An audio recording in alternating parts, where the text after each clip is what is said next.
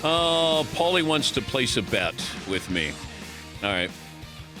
I'll pay for your dinner tonight. Ooh. But what do I get if I'm right? I don't want to pay for your dinner because I know how that may turn out for me. Okay. I won't order wine. I'll buy you a nice bottle of wine back home. Okay. Nice for me. Maybe not $100 bottle of wine. Okay, then that's good. All right. The bet is, does Al Michaels eat a meal before, during, or before? But you can't do before. You're changing it. It's during the Super Bowl. Will Al Michaels eat during the Super Bowl? I'm fairly confident Al does eat before and after the Super Bowl. Yes. Okay, between kickoff and the final whistle, does Al eat? I'll say yes. All right. I'll say no. Al Michaels, he'll be calling the Super Bowl. He joins us, his 11th Super Bowl, tying Pat Summerall for the most by a TV play-by-play voice. Al, will you be eating during Super Bowl 56? Dan, I love my partner. Chris Collinsworth is like a brother. Somehow, some way, he once said, I eat a whole meal during the game. Not true. I have a few Junior Mints. I have some grapes. I might have a Snackwell cookie. That's it. Chris is the guy who eats like a horse before the game. Sushi, pasta, all of the rest. Okay. That is fake news. Okay. I will not be having a meal during the Super Bowl. Yeah. Okay. To the judges. So who won the bet? Well, I don't think a snack is a meal. I don't either. Fritzy? I don't. Hello. I'm a winner. Sorry, Paul. Al. Yeah. I like how Paulie goes, before, during, or after the Super Bowl. Yeah. By the way, Al, on this date, back in 2006, you know what happened? 2006. I think I left Disney to go to NBC. Yep. Correct. And there was a rabbit involved in it, a cartoon rabbit. And you were ending a 20-year run on Monday Night Football. Now, I'm just bringing that up. No reason at all that, maybe you're joining another network or something on, close to this anniversary, Al. I have, as you well know, put all of that behind me. If you start thinking about other things, I promised myself this year not to be distracted. And I will not be distracted until Monday when I can have a ton of distractions in my life. But I don't want anything before Sunday, Dan. I'm working like a maniac. I mean, look, well, for your television audience, I have like 9,000 pages of information ready to go for this game, the best stories. But all of them will wind up, on the cutting room floor, as they say. Because as John Madden said years ago, we come armed for war. We have everything available to us. And then, as John would say, a game breaks out. And you do the game. But also, do you prepare for a blowout? Well, I don't think you prepare for necessarily a blowout. You prepare for the game, period. You hope the game is great.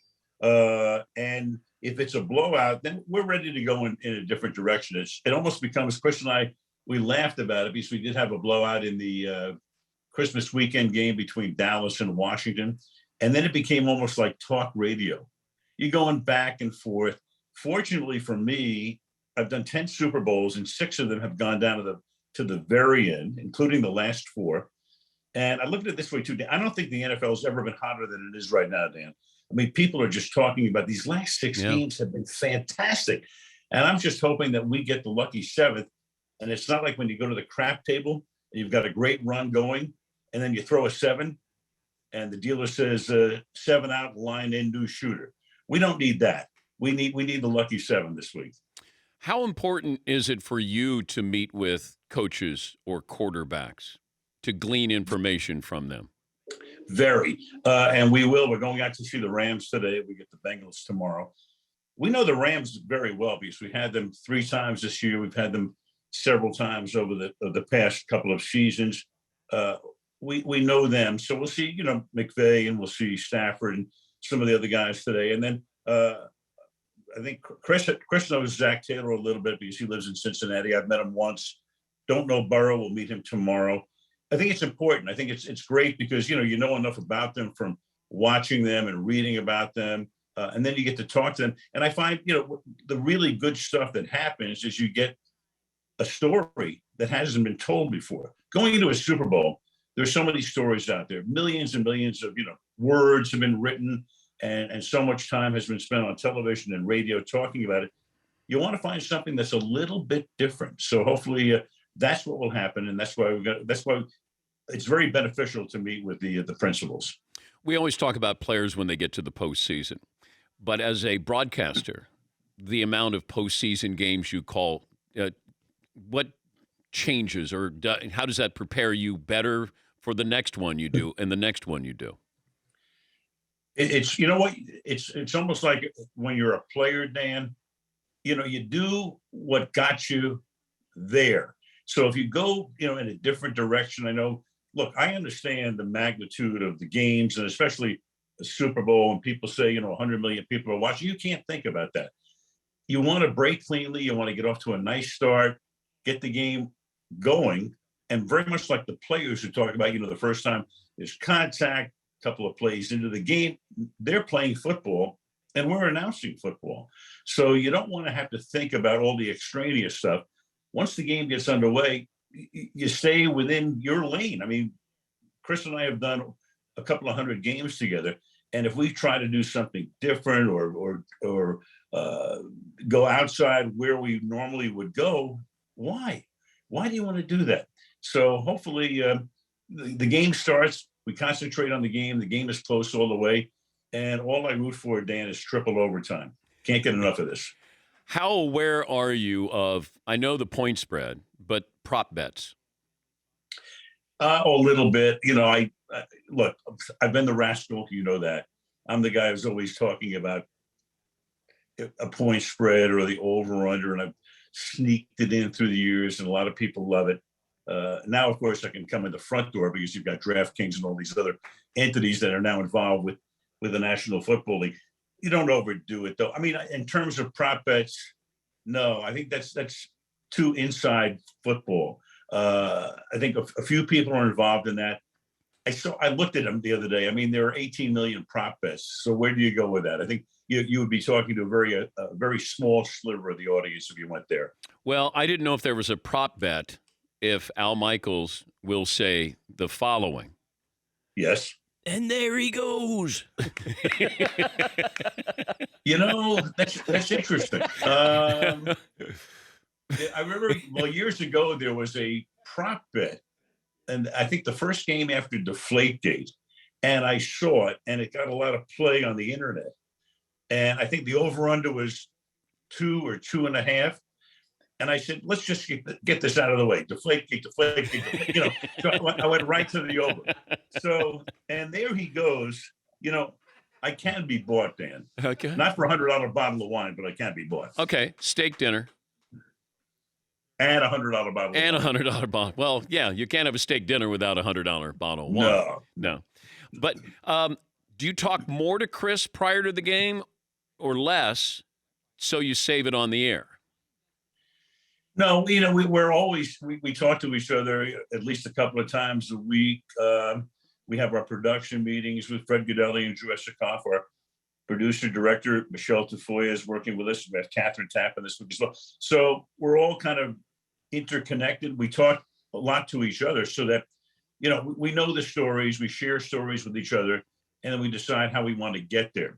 But I mean, it's going to be like a regular game in that regard. This is the same thing we do during the regular season. As I say, even though this is the Super Bowl and it's a big, big, big deal, we do what we do during the course of the year. The fascination with Joe Burrow to be doing this in his second year, and like to say he's ahead of schedule is a grand understatement, because even if they're on schedule, you wouldn't think the Bengals would be here. How big a story is that going to be on Sunday for your broadcast? Well, very. Of course, he's the quarterback of one of the teams, so obviously that becomes a big story right at the outset. But I think what I sensed during the championship game in Kansas City is that a lot of this country either, I don't want to say necessarily fell in love, but were fascinated by what the Bengals did.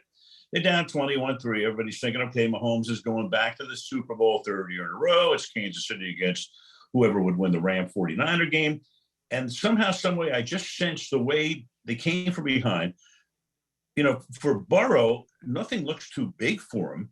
I mean, the way he stepped out of a couple of tackles when it looked like he was going to get sacked, running for first downs, doing what he did that day, winning in overtime, and just his body language and presence. Yeah, you look at a guy, you think, well, this guy's been in the league for 10 or 12 years. But I think the country at that point, unless obviously you were rooting for Kansas City, kind of fell in love a little bit with the Bengals and went, wow, that's pretty cool. So that's the sense I get going into this game. And Burrow, of course, would be at the forefront of all of that. You remember what you thought when the Rams left Los Angeles? Yes, I do, because this is my hometown, and I knew that in those years of doing Monday Night Football, and every game was going to be a road game now. I wouldn't even get a game in Anaheim.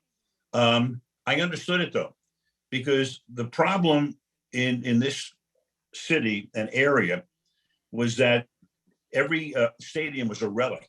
And that's why the Raiders, who had come down here, moved out of the Coliseum. The Rose Bowl was not an NFL type of stadium, a beautiful setting, but not for the NFL. Anaheim Stadium was really a baseball stadium that they turned into a hybrid football stadium. So I understood it. I was not happy about it. But like everything else, these moves, they're money, or, follow the money. It's the old cliche about follow the money, and that's what the Rams did. St. Louis gave them a great deal, a much better deal than they had in Anaheim, and away they went, as did the Raiders back to Oakland at that very same point. Do you think Tom Brady's retired? If I had to bet, I would say yes. I know that there's some other things out there after his podcast the other day. I didn't hear it. I read about it. I felt when we did the Rams Tampa game that was going to be it. I thought it was like 64-36 that he would retire. He would step away, because he gave us an answer in terms of when I asked him before that game about the perfect ending. He said it involves a Super Bowl, might not be this year. And then he kind of went back and forth a lot. So I did think he was going to step away. I wasn't surprised when he stepped away. Now you've got this other thing out there. I would be surprised if he came back. I'm not saying he won't, and I don't have any inside information about this, Dan. But if I, like I say, if I had to make a bet, I would say he's not coming back. But does it work for broadcasters when you're at the top of your game? And how do you walk away? When do you walk away? Who tells you to walk away? I thought, for me, in broadcasting, if I couldn't do it the way I had to do it and want to do it, and my brain began to leak a little bit, let's put it that way, it would be time to walk away. And I've got some, people who are very, very close to me who would be the first to tell me, as if I wouldn't know myself. For a player, I don't know. I think it's a very hard thing to do, to walk away, because to recreate the buzz you get playing in Super Bowls and doing what Tom did. I mean, he's going to have a really good football afterlife. He's very smart. He's got a lot of things going. He can do any number of things. There's no question about that, and live a wonderful life. I'm not sure you can ever recreate the thrill that an athlete can get when you're playing on the biggest stage that long. I mean, you can do several things in business, you can do things in broadcasting, but I'm not sure you can recreate that thrill. And that's why a lot of coaches sometimes will step away, go into the broadcast booth, and then go back. Because at the end of the day, if you're coaching, you look up at that scoreboard at the end of the game, you know what you did. Did you win? Did you lose?